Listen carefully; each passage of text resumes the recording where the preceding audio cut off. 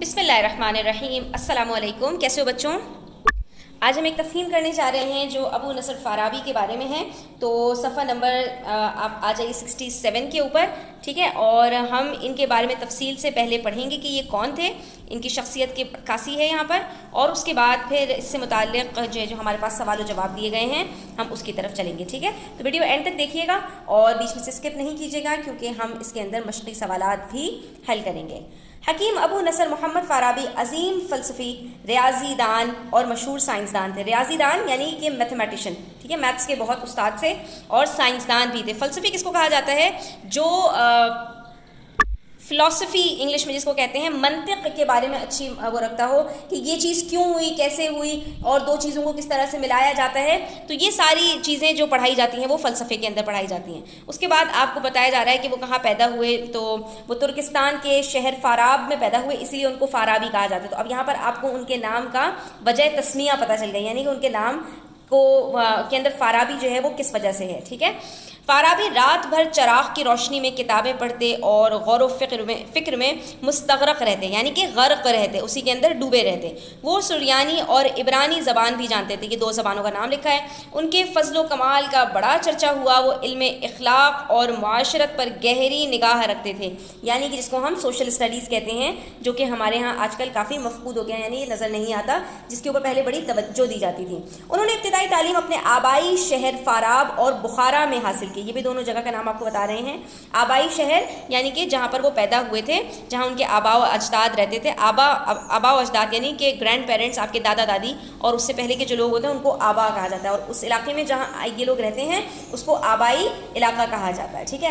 انہوں نے حیوانات کا مطالعہ کیا اور یہ بیان کیا کہ انسان کی زندگی کا ایک بڑا مقصد ہے، اور وہ ہے عبادت الہی اور اعلیٰ اخلاق کی تکمیل۔ آج کل ہمارے ہاں بچوں کو تعلیم کو جو ہے وہ توجہ دی جاتی ہے، ان کو فنون سکھائے جاتے ہیں، لیکن جب بات آتی ہے تربیت کی تو اس کے اندر آج ہماری جو سوسائٹی ہے وہ بہت پیچھے جا چکی ہے، جس کے اوپر ہمارے ہاں جو ہمارے اسلاف تھے، جو ہمارے بڑے تھے، وہ اس پہ بہت زیادہ توجہ دیتے تھے، ٹھیک ہے؟ تو آپ یہاں بتا رہے ہیں کہ ہماری زندگی کا مقصد دو ہی ہیں، ٹھیک ہے؟ ایک عبادت الہی اور اسی سے منسلک ہے اعلیٰ اخلاق کی تکمیل، ٹھیک ہے؟ اسی لیے انسان کو اشرف المخلوقات قرار دیا گیا، اور یہ بالکل صحیح بات ہے کہ اگر انسان اپنے خالق اور مالک کو نہیں پہچانے، اور اگر وہ ایک معاشرے کے اندر اچھا انسان بن کر نہ رہے، تو اس کو اشرف المخلوقات نہیں کہا جائے گا۔ اشرف المخلوقات صرف ان لوگوں کو کہا جاتا ہے جو اللہ تعالیٰ کے نیک بندے ہیں اور جو سیدھے راستے پر چلتے ہیں۔ وہ جلن، حسد، غصہ، غیبت اور برائی سے بچنے کی تلقین کرتے تھے، یعنی لوگوں کو اس کی رغبت دلاتے تھے۔ انہوں نے اپنی کتاب المدینۃ الفاضلہ میں مثالی معاشرے کا نظریہ پیش کرتے ہوئے لکھا ہے کہ اس کا ہر شہری باہم محبت، یگانگت اور اخوت و بھائی چارے کے جذبے سے سرشار ہونا چاہیے۔ باہم محبت یعنی ایک دوسرے سے محبت رکھے، یگانگت کا مطلب ہوتا ہے بچوں یونٹی، یعنی اتحاد کے ساتھ رہے، اور اخوت و بھائی چارہ یعنی کہ جس چیز کا ہمارے ہاں نبی صلی اللہ تعالیٰ علیہ وسلم نے جب مدینے کے اندر انصار اور مہاجرین کے درمیان میں بھائی چارہ قائم کیا، یعنی مسلمانوں کو ایک دوسرے کا بھائی بنا دیا، تو اسی کی یہاں پر وہ تصویر کشی کر رہے ہیں کہ مسلمانوں کے اندر بھی بھائی چارہ جو ہے وہ ہونا چاہیے، اس ایک دوسرے کے ساتھ اس جذبے سے سرشار ہونے چاہیے۔ فارابی دولت، ثروت اور شہرت کو اعلیٰ شہریت کا درجہ نہیں دیتے تھے، یعنی ان کے نزدیک یہ چیزیں اہمیت کی حامل نہیں تھیں۔ ان کے نزدیک عزت و احترام کی چیز مال و دولت نہیں بلکہ اعلیٰ اخلاقی اقدار ہیں، یعنی جو شخص جتنا زیادہ اچھے اخلاق کا مالک ہوگا وہ اتنا زیادہ امیر سمجھا جائے گا، ٹھیک ہے؟ یہ اس وقت کی باتیں ہیں، آج کے دور میں اگر ہم یہ باتیں کریں گے تو کوئی ہماری بات پر یقین نہیں کرے گا۔ لیکن بہرحال ان کا کہنا تھا کہ علم کا ذوق و شوق، علمی تحقیق و جستجو اور قناعت پسندی اچھے شہری کے اوصاف ہیں، یعنی اچھے شہری کے جو ہے وہ کیریکٹرسٹکس ہیں یا اس کی اطوار ہیں، اس کے طور طریقے ہیں۔ تو وصف سے اوصاف یعنی کہ اس کے اندر یہ ساری چیزیں پائی جانی چاہیے۔ کیا چیز؟ علم کا ذوق اور شوق، یعنی علم حاصل کرنے کی جستجو، علمی تحقیق اور جستجو، صرف علم حاصل کرنا نہیں بلکہ اس کے اندر تحقیق بھی کرنا اور زیادہ سے زیادہ چیزیں جاننے کی کوشش کرنا، اور قناعت پسندی۔ قناعت پسندی کس کو کہتے ہیں بچوں؟ قناعت پسندی کہتے ہیں کہ اللہ تعالیٰ نے جو بھی نعمتوں سے آپ کو نوازا ہے اس کے اوپر آپ راضی ہو جائیں اور آپ خوش ہو جائیں کہ اللہ تعالیٰ نے مجھے بھی جس چیز سے بھی نوازا ہے اس میں آپ ناشکری نہ کریں کہ میرے پاس یہ نہیں ہے، یوں نہیں ہے، بلکہ جو ہے اس میں راضی برض ہیں۔ انہوں نے طبیعات اور الہیات پر کتابیں لکھی۔ طبیعات کس کو کہتے ہیں بچوں؟ فزکس کو کہتے ہیں، اور الہیات جو ہے وہ آپ کا یعنی کہ اللہ تعالیٰ کی حمد و ثنا سے متعلق، اس پر کتابیں لکھی اور ارسطو کی متعدد کتابوں کی شرح بھی تحریر کی، یعنی ارسطو جو ایک اور سائنٹسٹ گزرے ہیں ان کی کتابوں کی تشریح بھی کی، اسی لیے انہیں معلم ثانی کہا جاتا ہے۔ تو معلم اول ارسطو ہوں گے، ان کو معلم ثانی کہا جائے گا، ٹھیک ہے۔ اور اس کے بعد انہیں موسیقی اور اس کے آلات سے بھی دلچسپی تھی، یعنی اس وقت جو موسیقی کے آلات رہے ہوں گے، تو انہوں نے الموسیقی الکبیر کے نام سے اس موضوع پر ایک ضخیم کتاب لکھی، یعنی کہ ایک کافی کہنا چاہیے کہ اس کے اوپر تفصیل سے کتاب لکھی، ٹھیک ہے۔ وہ سائنس میں درجنوں کتابوں کے مصنف بھی ہیں، یعنی سائنس کے اوپر بھی ان کو عبور حاصل تھا۔ احصاء العلوم ان کی مشہور کتاب ہے، ٹھیک ہے۔ ان کے بارے میں جاننے کے بعد اب ہم یہاں پر یہ بتائیں گے کہ ابو نصر فارابی کون تھے اور کہاں پیدا ہوئے۔ تو اس کا جواب بچوں پورا کا پورا پہلی 2 سطروں میں موجود ہے کہ حکیم ابو نصر محمد فارابی عظیم سائنسدان، فلسفی، ریاضی دان اور مشہور سائنسدان تھے، ٹھیک ہے۔ جہاں پہ ہم سے پوچھا کہ کون تھے تو یہ تینوں چیزیں ہم نے بتا دینی ہیں ان کی، اور اس کے بعد اگلی بات کہ وہ کہاں پیدا ہوئے تو وہ ترکستان کے شہر فاراب میں پیدا ہوئے، اسی لیے ان کو فارابی کہا جاتا ہے۔ تو آپ نے بعین ہی ایسے ہی جواب لکھ دینا ہے۔ اگلا سوال نمبر 67 پر ہے، فارابی نے انسان کے اشرف المخلوق ہونے کی کیا وجہ بتائی؟ تو انہوں نے بتایا کہ انسان کو ایک اہم مقصد کے لیے بھیجا گیا اور وہ ہے اللہ تعالیٰ کی عبادت، ٹھیک ہے، اور حسن اخلاق کی تکمیل، تو یہ اشرف المخلوق ہونے کی ہی وجہ بتائی۔ فارابی نے مثالی معاشرے کا کیا نظریہ پیش کیا؟ تو یہاں پر ہمیں بتایا گیا ہے کہ فارابی نے بتایا کہ مثالی معاشرے کے اندر ہر شہری باہم محبت، یگانگت اور اخوت و بھائی چارے کے جذبے سے سرشار ہونا چاہیے۔ یہ مثالی معاشرے کا انہوں نے جو نظریہ پیش کیا ہے وہ یہ ہے۔ اگلا سوال کہ انہیں معلم ثانی کیوں کہا جاتا ہے؟ تو انہیں معلم ثانی ارسطو کی متعدد کتب کی شرح لکھنے کی وجہ سے کہا جاتا ہے، ٹھیک ہے۔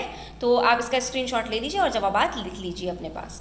اس کے بعد آپ کو کچھ جملے دیے گئے ہیں، آپ کو سبق کے متن کے مطابق درست معلومات لکھنی ہے۔ فارابی عظیم موسیقار تھے؟